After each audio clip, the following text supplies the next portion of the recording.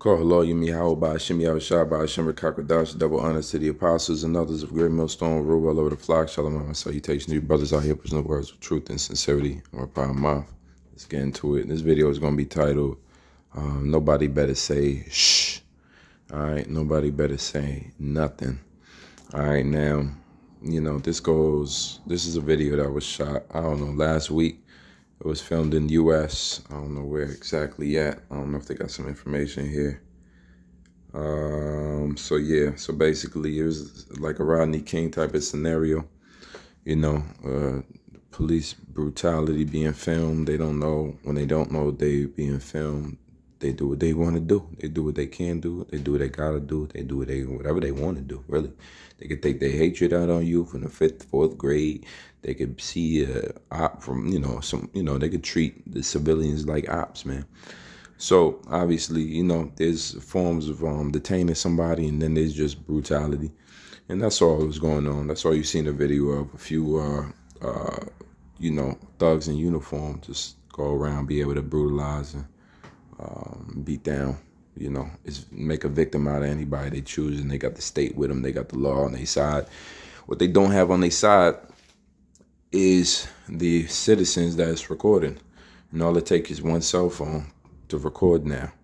See, the whole point is they do this to people who they don't think is going to be able to say anything, have no power, or they're not going to get any retribution. They're not going to do this in their neighborhoods. They're not going to do this to their kind of people. They're especially not going to do it to Amalek, who the so-called Jews today. You better never put your hand on any of them. And why? It's because of retaliation. What happens after you do that?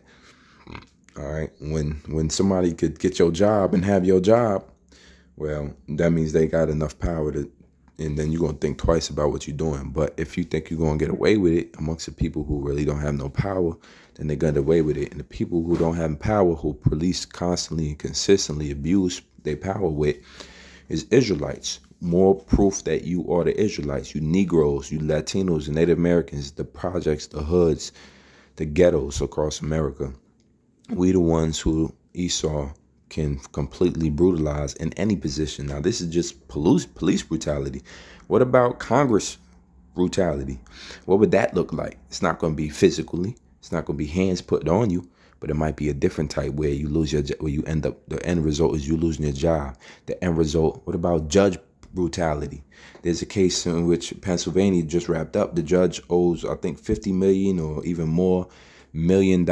Two judges in Pennsylvania was taking bribes from some brand new prisons to send juveniles to prisons, and they got kickback money every time they sent the juvenile to prison. So any little situation that happened in Pennsylvania and you was before these two judges, you're going to get sent to the juvenile detention center because they get bread from it. They just charge them. So that's judge brutality. Then you got just plain Edomite brutality. All right. And that's just history. Open up one history book about the conquest of Americas. If you really want to find a good book, just that details and outlines Esau's brutality, something you ain't never heard of, check out a book called King Leopold's Ghosts. See if I can pull that out real quick. Yeah, so this book, King Leopold Ghosts, I remember reading this in college, and it just details, it's a detail of King Leopold, who was the king of Belgium, if I'm not mistaken. It says a story of greed, terror, and heroism in colonial Africa. King Leopold's Ghost is a best-selling popular history book by Adam Hochschild. Probably a, so-called, Amalek. Amalek is the main one who whistleblows on the rest of you Edomites. And that's why there's a strong hatred amongst Esau towards Amalek, who is also an Edomite. It says that explores the exploitation of the Congo Free State by King Leopold II of Belgium between 1885 and 1908, as well as the large-scale atrocities committed during that period. And you want to know why so many atrocities was committed, let's say prior to the civil rights movement? Is because is because when people feel that they can have power, do something over the powerless and get away with it. Remember, they don't do that same thing to the powerful. You see how quick we was in Libya? And when America said Gaddafi this and that, we got to get him out of, and then see how quick that situation got crazy. See how quick we was in Iraq and Afghanistan, right? See how quick they was in Panama. Well, they ain't moving that fast when it comes to China and Taiwan. They ain't moving that fast when it comes to Russia and Ukraine. They not moving quick. They walking on thin ice then, because people were quick to, they know which tree to climb. Monkey know which tree to climb, you know. They know which people to play with and who not to. And that's why the scripture tell you in Isaiah that about the nations. It's either Joel or Isaiah. I believe Joel, the 2nd chapter or 3rd, and it tells you that the strong shall become weak. The weak shall say, I am strong. Right? As far as defense, national defense goes, countries are arming up. Countries are purchasing, using their money to purchase what? More weapons. Right? To fight against the powerful, so they cannot be powerless anymore. The weak saying, I am strong. They want to be in a power position. And so now you have Joel here, this 3 and 10, beat your plowshares into swords and your pruning hooks into spears. One is an agricultural tool. The other is a war tool, a weapon. The plowshares are being beaten up and destroyed to make swords, to make room for swords. The pruning hooks, another agricultural tool, is being beaten into spears to make more weapons. Let the weak say, I am strong. This is the weak finally crying out and saying, you're not going to mess with me no more. You're not going to, you used to be able to punk me. You had better weapons. You had better techniques. You had these drones, and you had greater fighters and more, you know, more technical strikes. But now I'm going to go ahead and take my money that I made off of this wheat crop. I'm going to take my money that we make off of selling you lithium or coal, and I'm going to turn around, put that money and turn it back around and buy some S-300 rockets, anti-ballistic missile rockets from Russia. Or I'm going to go to and buy the MRAS, whatever they call it, from America, or I'm going to get the Turkish built ones.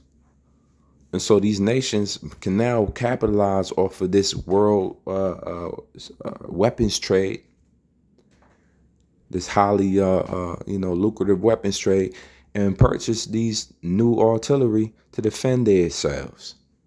Once again, allowing the scriptures to come to life in real terms. Joel 3 and 10 is specifically speaking about nations in these days that's going to muster up their arms and store up and stock up on arms so that they can have defenses against the strong ones, and now say, I'm strong too. It says, assemble yourselves and come, all ye heathen, and gather yourselves together round about till the cause our mighty ones to come down. There's going to be a great mustering of a war. America is going to be a war zone. The Middle East is going to be a war zone. Just like Europe is going to be a war zone. World War III.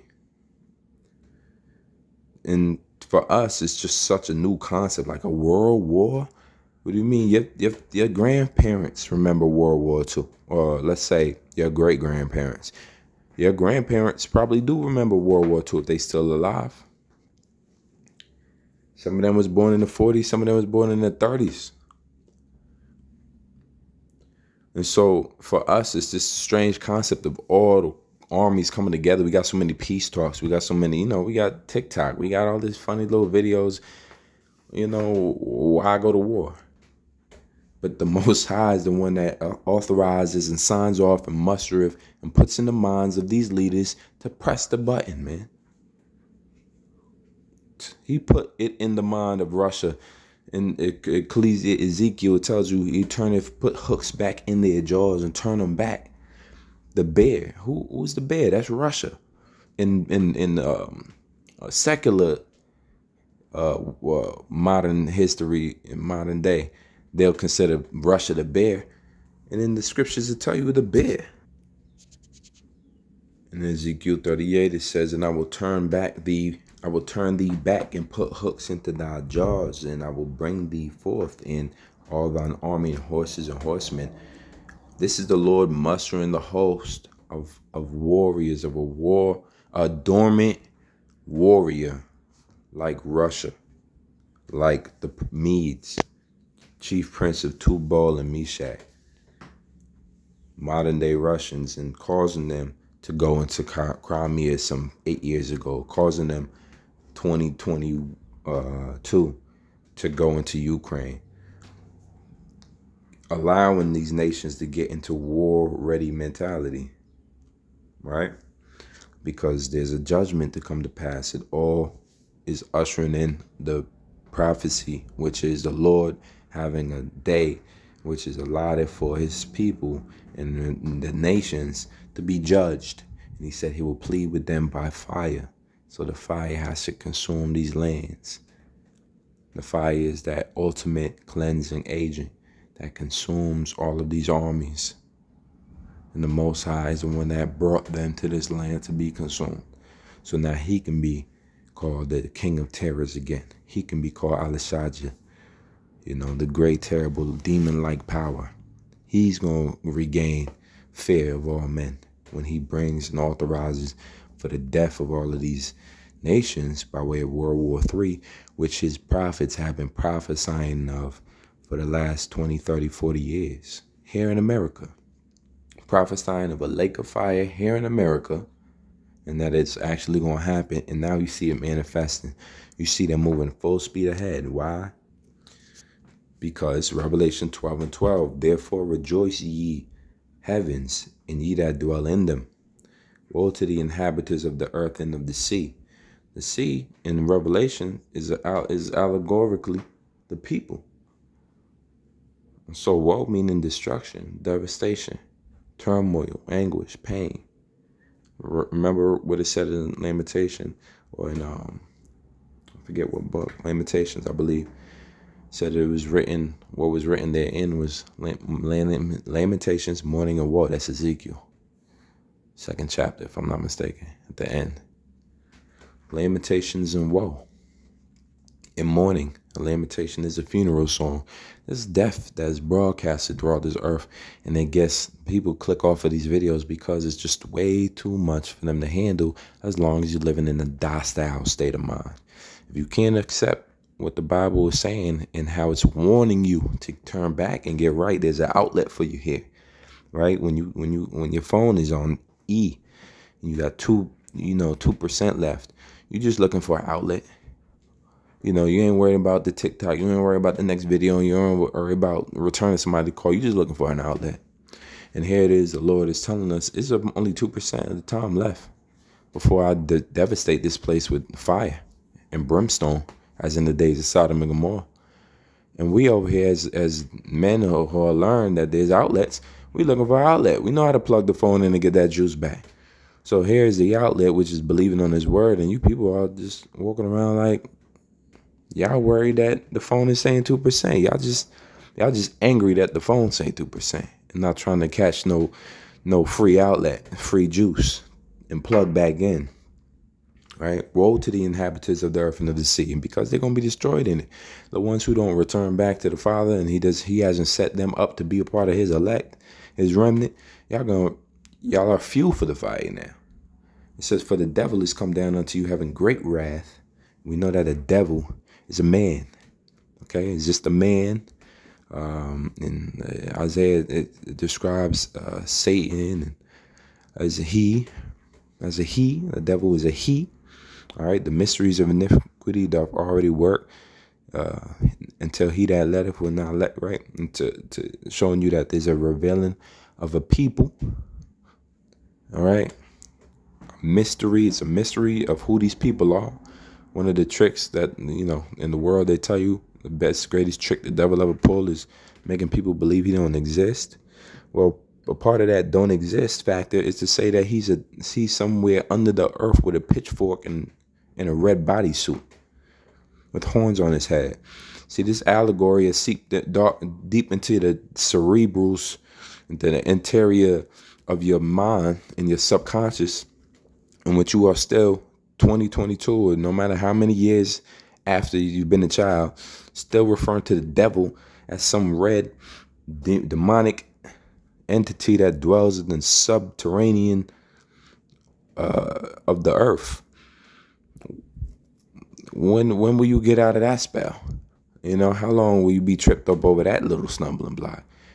You know, that came from a book, Dante's Inferno, about the 7 levels of hell. And, you know, this is all Greek mythology. But when you actually point, when the scriptures pinpoint who the devil is now, which the word devil means is Latin for deceiver, you find out the great deception is, along with Caesar Borgia's iconoclasm, is the whitewashing of the entire scriptures in the Bible. The whitewashing and the watering down of the Bible will tell you everything you need to know about who the devil is. Who has had their hand in rewriting or re-narrating, reconceptualizing the Bible, and who's been able to pull that off for the masses of people since the time of Renaissance era. It's been Edomites, so-called white people, starting with Caesar Borgia, false image of Christ, Caesar Borgia, who was son of the Pope Alexander VI of Rome. Everything has their red hands on it, and they're the red people. They're the Edomites. They know this. They acknowledge this. Their higher ups know this and acknowledge this. Red Shield, Rothschild. They understand that they are the red. They are the Edomites. That's this ancestry. They falsely claim to be Judah, Benjamin, Levi, and the Jews. But we know their ancestry is truly that of lineage of Edom. When you're going back into their own texts and their own books, it'll tell you on their Jewish encyclopedias that Esau, Edom is modern day Jewry, Jewry, and that the bulk of modern day Jews are of the lineage of Esau, Edom. You go into the Arthur Koestler book, 13th Tribe, that the understanding that the people who make up the bulk of people calling themselves Jewish people who inhabit the land of Israel today, based off of a charter, right, that the Europeans signed and declared that allowed them to come into there after World War II, which they wasn't in there like that before World War II, in that land, in the Holy Land. But that just kind of solidified their argument that they are the real Jews. It was all a properly, beautifully devised plan on how to take a people who don't belong to the history at all and force feed the rest of the world a lie that not only are they the Jews, but they're the Israelites, but they're the descendants of Abraham, Isaac, and Jacob, who are also so-called white people, and God is a so-called white man. It just played into the same hand. And then when you look back at who really ran the slave trade, you find out it was so-called Jews.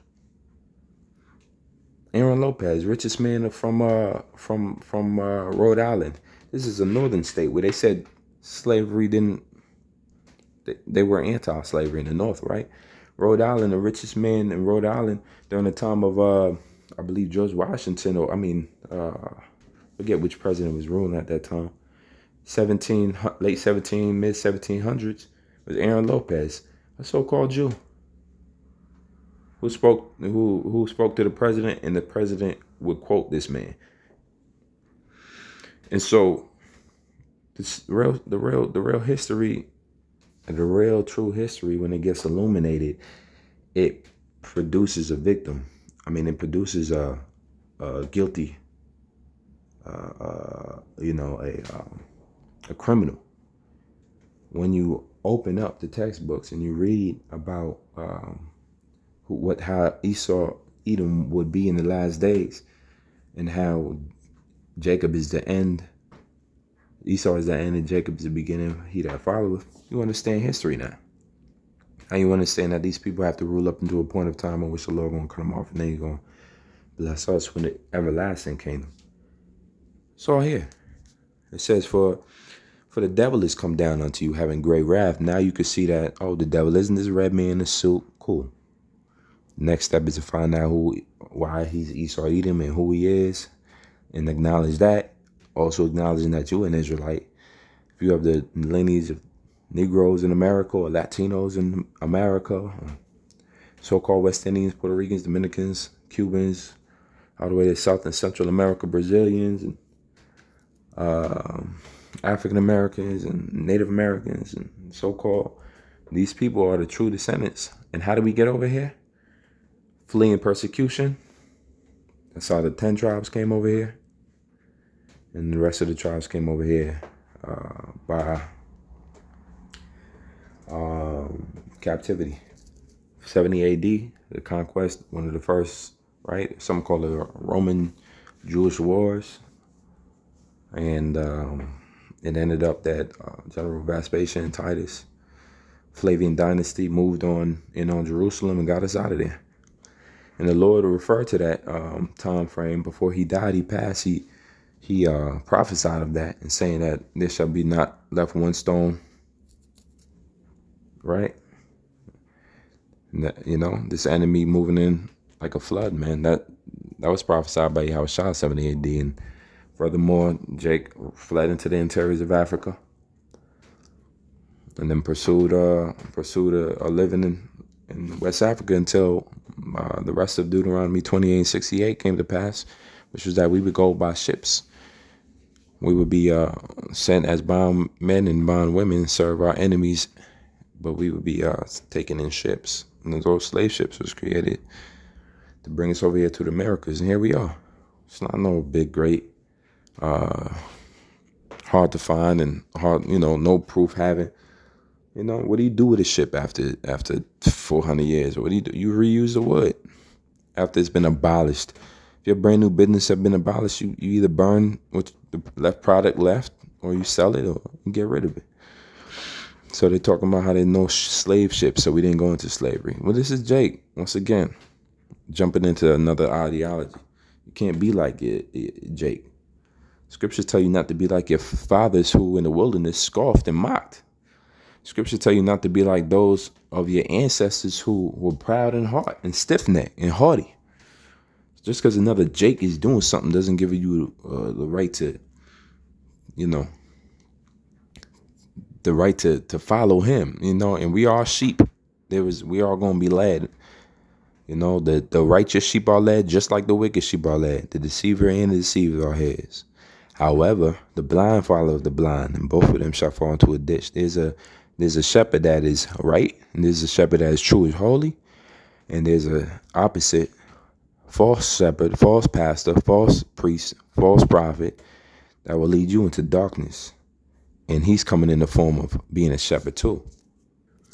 Scripture said, Jeremiah 23, verse 1, woe be unto the pastors that destroy and scatter the sheep of my pasture, save the Lord. Therefore, thus saith the Lord, power of Israel, against the pastor that feed my people. You have scattered my flock and have driven them away and have not visited them. Behold, I will visit upon you the evil of your doings, save the Lord. And I will gather the remnant of my flock out of all the countries where I have driven them. This is prophetic because the Lord has driven us away. That's part of Deuteronomy 28, the curses, 15 on down. You want to know why we in this condition as Israelites, Negroes? You want to know why we always fighting? There's so much infighting between us. You want to know why we're exploited to the umpteenth power here in America? Why we have a enemy that rules over us, and he's such a deceptive, tricky, spiteful enemy like Edom? It's all in Deuteronomy 28. It's all in the curses that the Lord said would happen and befall our people. But he would never do away with us. He would never destroy us. He promised to have us and keep us. He promised to return us back into a kingdom. He promised to give us a deliverer and a savior. And he would send his son, Emmanuel. And we would be forever with his son as joint heirs in the kingdom. And it would be a righteous kingdom. He promised us these things as well. So if he promises to curse us, and we in a situation we curse right now, and we can see it all around you, unless you're blind and being led by a blind leader, then you can see how the Most High will keep his other promise, which was, restore us, give us back what we had, return us from our captivity, right? The needy shall not always be forgotten. So now, based off of the video that I showed at the beginning, which was the police brutality video, right? And that I will expose that, look, there's all forms of brutality. You know, people like entertainment, and, you know, just like you might watch UFC, you're going to watch somebody get their ass kicked. The fact that it is an Israelite, you know, and those are Edomites, it just lets you know that the scriptures is always alive and well. You know, the scriptures is alive and well. And the number one fight that the Most High set up was one of the fights, other than yourself and your personal fight, is that you will be ruled over by a nation that hates you, or most hateful for sake of Yahweh. They hate the Heavenly Father. They hate themselves. And there's no justifying a man that hates himself. He's not fit to rule. And so what's happening in society, even though it looks like it's going right, though victuals shall be sold cheap, it looks like it be going in the right direction. Society is actually corrupted from the inside out. The leaders are corrupt. Don't you know they you know, they drink blood like it's Pepsi, right? Don't you know that the child molestation has been going on since they've been ruling, even in the Greek and Roman Empire, which they got their start from, which all of this senator and Congress and this, you know, that all goes back to Rome and how they set up the council back then. It's all a recycled Rome. And what was big in Roman Empire and Greece? Pedophilia. Hands down, pedophilia. It was a sport to them. For a grown man to have a little boy and his walking next to him, that's not his son, but is his lover, that was normalized in Rome and Greece. That was everyday business. To have 5, 6, 7 lovers, that was normal business. Caligula, the Roman emperor, married his horse. These are people who they look up to, the Romans, man. This is where America got its start from. America is the second half of the Roman Empire. It's the second half. And so the sickness, the deviancy of the people who are ruling the earth is the cause for its ultimate demise. They have digged the pit and they shall fall into it. So the Lord said He's going to visit the wicked of our pastors. So the ones who want to use and abuse, let's say abuse and extort further our people and use the words of the Lord to do it, thus save the Bible to do it, they have a great, vast destruction that's coming for them during the time of the Lord. See, the Lord is coming back to destroy the wicked, whether it be 2/3 of His own people, along with the heathens that rule in wickedness. Isaiah 27:1. And this is going into just a little history that had kind of made me I reflected on the video of the police brutality video, just because of the history in 1 Samuel's. You see the heading: David flees to the Philistines. David flees to the Philistines. Now check this out. 1 Samuel 27. And David said in his heart, I shall now perish one day by the hand of Saul. David believed that Saul would eventually kill him. When your own is coming at you, when your own is your enemy, you got to be real about it. See, modern day America, you walk outside. No, these are my people. These are my people. Don't think they all your people. If David walked outside and say, nah, Saul family. Nah, Saul family, man. I done been in that man's house. I done played the harp for that man. Nah, Saul family. Now David stopped. The Lord was with David. So the Lord was wakening David up to things that he wouldn't had elsewise been able to see. He would have been blinded by the friendliness and the kinship of Saul, instead of actualizing that Saul has now become his number one enemy and wants him dead. And so David verbalizing this amongst himself and his people, it says, there is nothing better for me than that I should speedily escape into the land of the Philistines. He saw it fit to go rather into the land of the Philistines than dwell amongst the Israel, where he had an enemy that saw his death and blood. He said, the best thing for me to do is get out of Israel as fast as I can, away from this man, King Saul, who wants to murder me.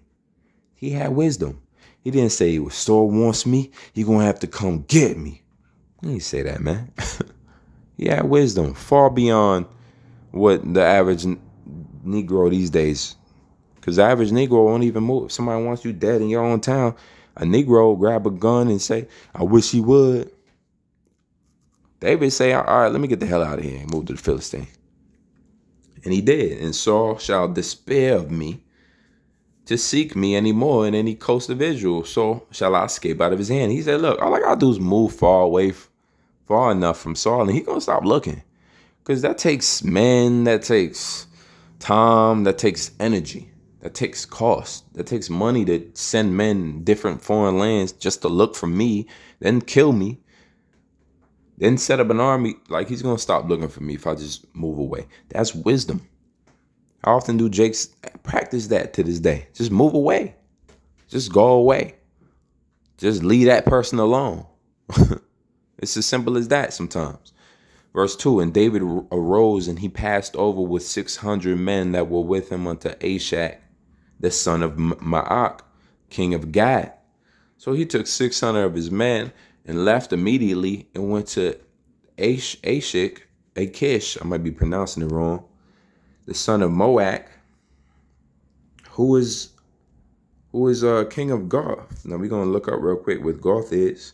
Make sure that it's definitely a Philistine people. Yep, Philistine city, Gath. Philistine city, you see there. All right, good. And also Achish, let's get the pronunciation of his name where David went. Oh, it says Achish. I got my sound off. It says Achish. All right. So David goes to this man Achish, a Philistine king. David fled to the Philistines, to a heathen nation, to get out of harm and danger. It says, and David dwelt with Achish at Gath, he and his men, every man with his household. So everybody up and left with David. All of this complaining. Let's say you got to tell your family, go home to your family one day. Somebody's seeking your life now. You go up to your family. We got to go. I need everybody. Look, we got 16 hours and we out of here. Man, the kid's going to be, but what about my friends?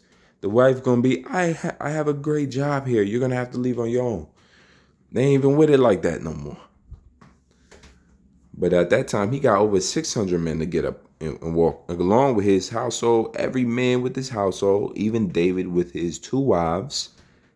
2 wives. I got 2 wives. I had known the Jezreelites and Abigail, the Carmelites, Nabal's wife, which Nabal was deceased. Verse 4, and it was told Saul that David was fled to Gath. And I'm going to incorporate what this got to do with the police brutal video earlier. It says, and it was told Saul that David was fled to Gath, and he sought no more again for him. So even Saul heard the news. Well, he went into a Philistine city. And why do you think David, you can question why David was allowed to enter into that city. You can question maybe why as to why. But I could tell you why Saul didn't chase him into that city. Because that's an act of war. You about to go into another king's land to fight for one man that the king has said he can stay. Now that's an act of war.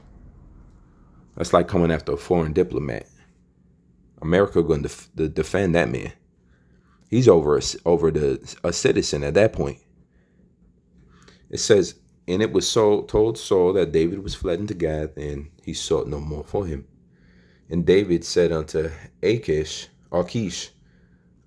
If I have now found grace in thine eyes, let them give me a place in some town in the country that I may dwell there. David is asking the king of God that he can move to a different town away from the city. So everything is repeated. All right, this is the BC era we talking about. They got towns, they got the main city, but then they got towns, and the town feel way different than the city. So David's asking them, let them give me a place in some town in the country that I may dwell there. For why should thy servant dwell in the royal city with thee? So he's letting them know, like, yeah, I don't got to be in a royal city with you. Just give me a town. Me and my man, we set up shop. That's showing you authority once again. I can't. When the last time, these Negroes boast about how rich they are. They talk about these foreign cars. You notice they ain't never talked about no towns yet. A Negro will say, I got this house, I bought another house. That's dope, bro. You bought 2 parcels of property. It's pretty unique and pretty dope, man. When's the last time you was able to give a town away? Like, yeah, you might even buy a property and then give it away. When last time you gave a town away? That's what rulership look like. That's what authority looks like. That's what kingliness looks like. And so we over here competing for parcels of land when kings really give away towns, man. It says, then Achish, sound like a name. Somebody named their child Achish. Then Achish gave him Ziklag that day, which is a town. Wherefore Ziklag pertaineth unto the kings of Judah unto this day. So that present from that Achish, the Philistine king of Gath, ended up being something passed down generations of Judites. A king just gift you a town just for your inheritance, for your seeds and seeds. It says, in the time that David dwelt in the country of the Philistines was a full year and 4 months. So he stayed there. He chilled in the country. He picked up shop and he chilled. He did not move a muscle. He ain't go back to try to check on Saul and see if Saul's still mad. Sent about 5 men to Saul. Set up the horses. We going back to Jerusalem. He ain't do none of that. He just camped out for a year and 4 months. How many men got patience like that? It says, and David and his men went up and invaded the Geshurites. It's a different one there. And the Gezrites and the Amalekites. Now check this out. David and his men went up and invaded Geshurites, Jezrites, and Amalekites. For those nations were of old the inhabitants of the land. These were the people who used to own that land where he at now, Ziklag. As thou goest to Shur. So from that land to this area called Shur, even unto the land of Egypt. Now what this really make me want to do is, which I'm going to find out if they got it here,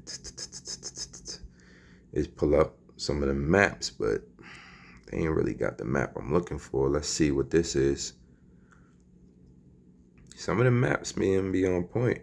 You can see here, this is like a timeline map called the United. I want you to pay attention to the eras, and then on top, the books of the Bible and which books have to do. See, we are in 1 Samuel right now, so we can see where we're at. We're at 1 Samuel. Mess it up again. Let's see. Is that the same one? No, I switched up. Hold on. Yup, we're still here. This is a good map here. So we're at 1 Samuel right here. 1 Samuel's right here. And as you can see,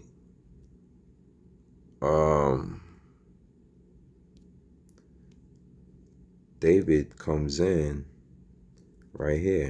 King Saul, King David.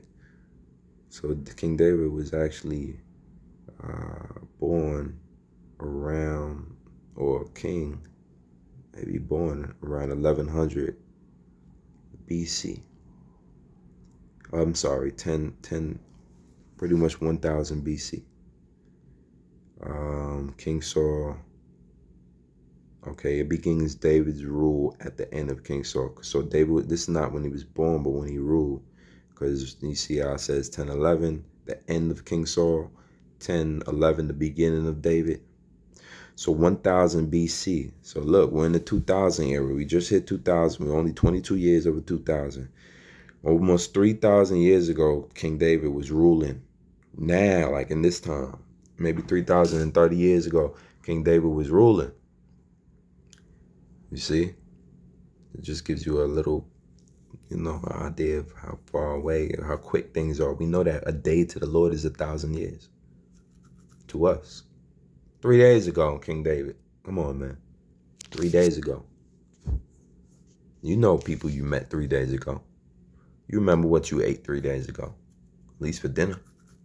You know what you was wearing 3 days ago. It's still in the laundry. Well, that's King David was ruling 3 days ago to the Lord. So you see here, King Saul and then King David, but I was actually looking for a map. That was cool to check that out, some more history and whatnot. I was looking for a map of these names, these places, which all I actually got to do is type it in here. Sure. You see here, sometimes rendered in translation as Sir. The wilderness of Sir. Check this out. See that? The wilderness of Sir. Sure. Near the Red Sea. This is the Exodus route. So Saudi Arabia. Saudi Arabia, modern day. All of this land that goes to Shur. That's the wilderness where we came out of Egypt. See, even unto the land of Egypt. You go back and you see that Shur is right next to Egypt. Shur Desert. Way to Shur. Egypt. Let's see where Egypt's at. You see the Shur Desert? You see Egypt. Goshen. Goshen's right there. Goshen's right there. That whole Saudi Arabia strip right here. That's Shur. That's just around where David was head hunting for Gershurites, Gezrites, and Amalekites. Now check this out. This is important, and bring it home again what the whole video was about from the beginning. So David was, for those nations were of old, the inhabitants of the land, as thou goest to Shur, even unto the land of Egypt. So they all dwelt up in there. And David smote the land and left neither man nor woman alive. So David, a man whose own life was being sought after, was smoting men, women, and children, smiting of different nations who were around about where he lived. So David wasn't so the image of David today, that don't add up to David was walking around just killing man, wife. It says, and took away sheep and oxen and asses and the camels and apparel, and returned and came to Achish. David was serving towns left and right. David just run up in your town with 600 men. Y'all all dead. But these was heathen nations. We got to remember. So anytime you quote, what's his name, vocab, anytime you mention King David, mention that he was serving other nations. He was racist, man. King David was racist, man.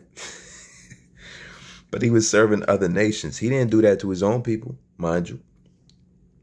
So it says here, and it took him back to Achish, you see, and the peril. Man, they was getting all the fits. You could see him after they just slaughtered this maybe the leader of a town, and he had all the nice fits on, and they just passing around the outfits.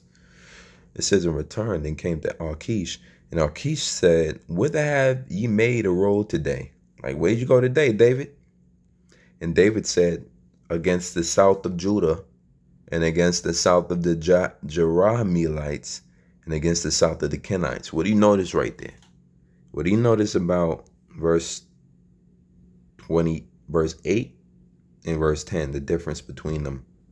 I'm give you a hint. What do you notice about the difference between the names of the nations, the people? See up in verse 9, 8, he invaded the Gershurites, the Gezrites, and the Amalekites. Those nations were of old inhabitants of the land where he was at. So he was serving these up here. But in verse 10, he tells Achish, the king of Gath, he went to south of Judah and the Jeremielites. Where are the Jeremielites at? Where's Jeremiah? I don't know if he'll say where is that. Maybe not. Let's check out where Kenites are. Where the Kenites at? Kenites in Levant. There we go. Kenites. You see that? Wilderness of Paran. Where the Edomites. Here go to where the Karamites. See, Judah's Negev, 1400. It's highlighted. That's the Kenites. But he wasn't. He was closer to. He was closer to. He was more south than that. Moving into but it was a different people that he said to the king of Gath that he was killing. And against the south of the Kenites, basically in the area of Edom. So he lied to the king, man. It says, and David saved neither man nor woman alive to bring tidings to Gath, saying, lest they should tell on us, saying, so did David, and so will be his manner all the while he dwelleth in the country of the Philistine. Meaning, you dwelling amongst the Philistines and you went to go kill the Philistine. The Philistine king brought you into his land for refuge, and you walking around serving more Philistines. And the only reason David was able to do it, because he saved neither man nor woman alive to bring tidings to Gath, meaning to tell the story of what happened. Let's look at that in the NLT. No one was left alive to come to Gath and tell where he had really been. This happened again and again while he was living amongst the Philistines.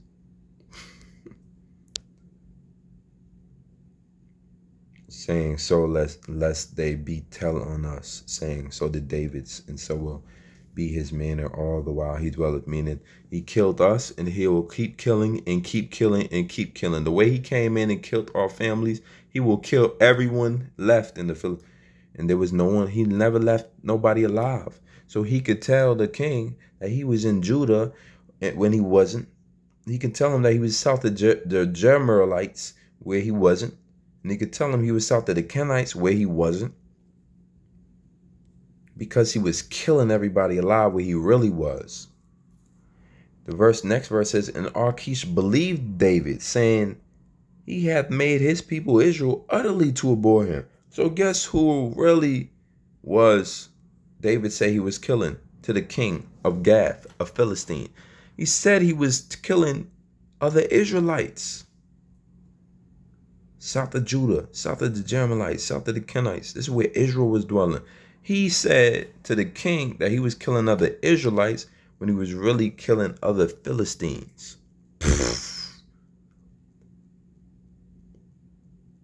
And Achish believed David, saying, he hath made his people Israel utterly abhor him. Therefore he shall be my servant forever. Achish mistakenly believed David because David will lie to a heathen. David don't care about no heathen. David will seek refuge in a heathen land. Now let's go back to what our ancestor was named, Jacob, meaning supplanter, somebody who could trick you into something. He could run game on you. Think of all the pimps and the players in the game. The real Casanovas of the world, spitting game and all that. The pimp, the player's ball. This is Jake, man. King David was running game on the king of Philistine.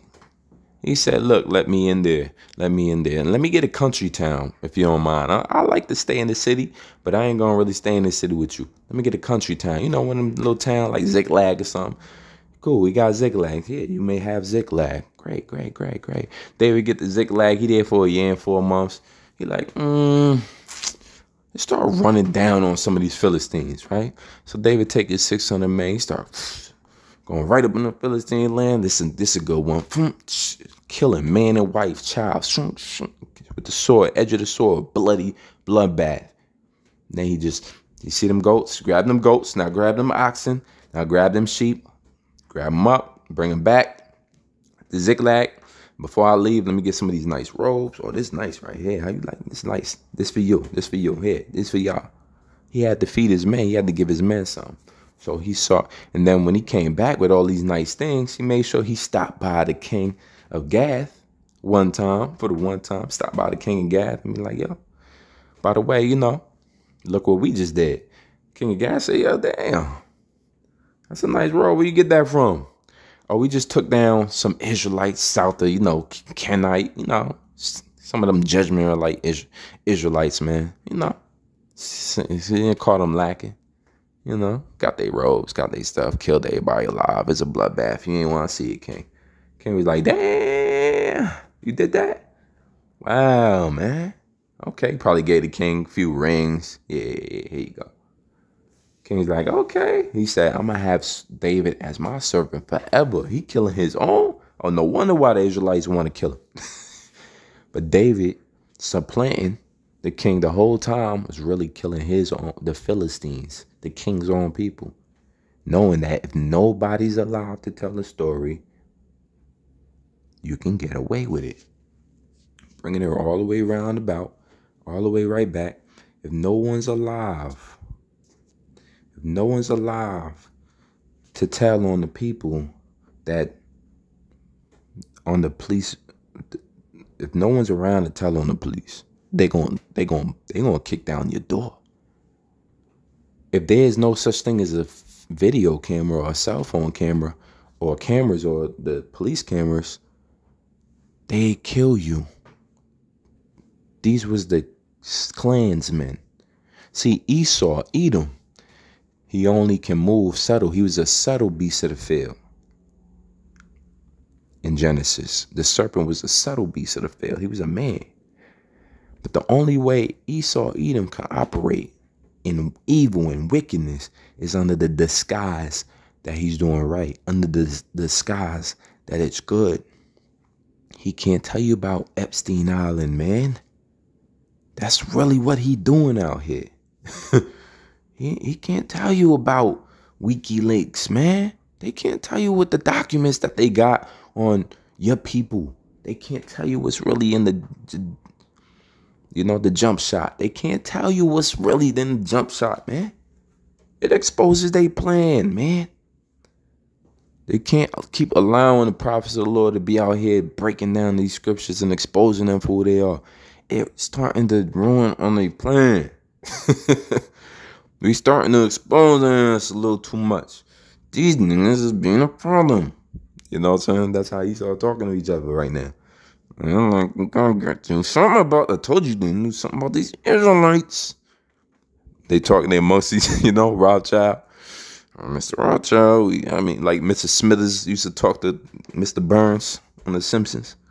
Mr. Burns, I really think that we need to get rid of these Israelites. So ultimately, when they don't, it's because the scriptures say the hidden things shall be manifested. Nothing that is hidden shall not be manifested. And what is it manifest? It's manifesting light being shined on a subject that is done in secrecy. And because it's such a heinous thing and evil thing, it has to be done in secrecy. It has to be carried out in secrecy. And then later on, the fact that these things get light shed on them is more proof that what the scriptures say, ultimately everything that is done in darkness, there shall be nothing that is hid that shall not come to light. Esau didn't want the findings of the Tuskegee experiment to ever be exposed. It was all Edomites there. They only used one Israelite woman, Mrs. Evans. But the rest of them were all Edomites that worked what is now the CDC. But how did that Tuskegee experiment, how did it ever get exposed? Somebody from the inside somebody left alive told. How did the COINTELPRO get somebody that was left alive on the inside told? It's the only way these secrets is getting out. How are the things that Esau sought up? You got us teaching what we know, but then you got the whistleblowers. You got a whole community of whistleblowers. The Lord works on some of these people's minds where they can't sleep at night after they done did extradition work in Panama. Or they was affiliated with the people that took down the Haitian president out off the command of the United States. Some of them can't sleep at night no more. And ultimately what happens is, you know, it becomes a whistleblower. The article goes out to the paper prints. There was something called the Panama Papers, not too much. It exposed every elite organization and how these corporations are tied back to offshore accounts. Everything that you thought was a legally ran operation ends up being offshore account money, where you can't even track where the money coming from or where it going. That's a heinous, man. That's a situation for destruction when you in corruption, when you can't even trace back where the money came from, because the old term is follow the paper trail.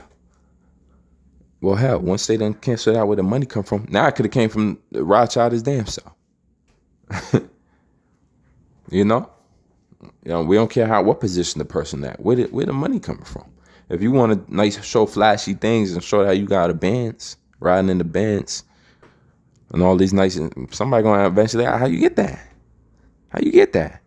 You be like, don't worry about it. There's only so many times you can say don't worry about it before people actually worry about it. And what happens is a lot of these people getting paid off to do what they do. Come to find out, just false embargo, just like Judas, took the bag. Hey, Lord willing, this video was edifying. You know, just to try to drive the point home again. You know, if they can do it, if they will do it if they feel like they ain't being watched. And this is why you need watchmen.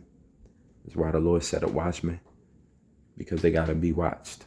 Somebody gotta watch the watchers, and somebody gotta watch them. You know, and that's what the Lord set up his men to do. Don't shoot the messenger. Don't shoot the watchman. You know, y'all gonna do what y'all do anyway, but those are the watchmen. Those are the people, honestly, who are here to warn you when things are coming. And things are coming down the pike. War is coming. Drought is coming. Famines are coming. You're not going to hear this word teach anymore. There's going to be famine of the word. Corruption is coming at a full extent. But then it's going to be robotic dogs. It's going to be implementing of the new chip beast system. Things is going to be shaken up like never seen before until all out chaos and hell breaks loose. Lord willing, this video is edifying. Till next time, shalom, kwame shalom, DTA.